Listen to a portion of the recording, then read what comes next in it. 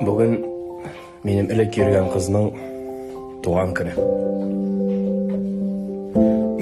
Жоқ, бывший болса да, біз бүгінгі күнде де аралашып, дос болып яшейбіз.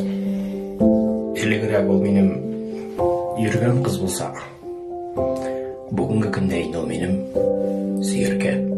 Сүйерке гына түгіл, карават достым һәм хатын. Ну что? Сен тоқтай болған жүресің, что ли? Тоқтай болған, что ли? Рахмет.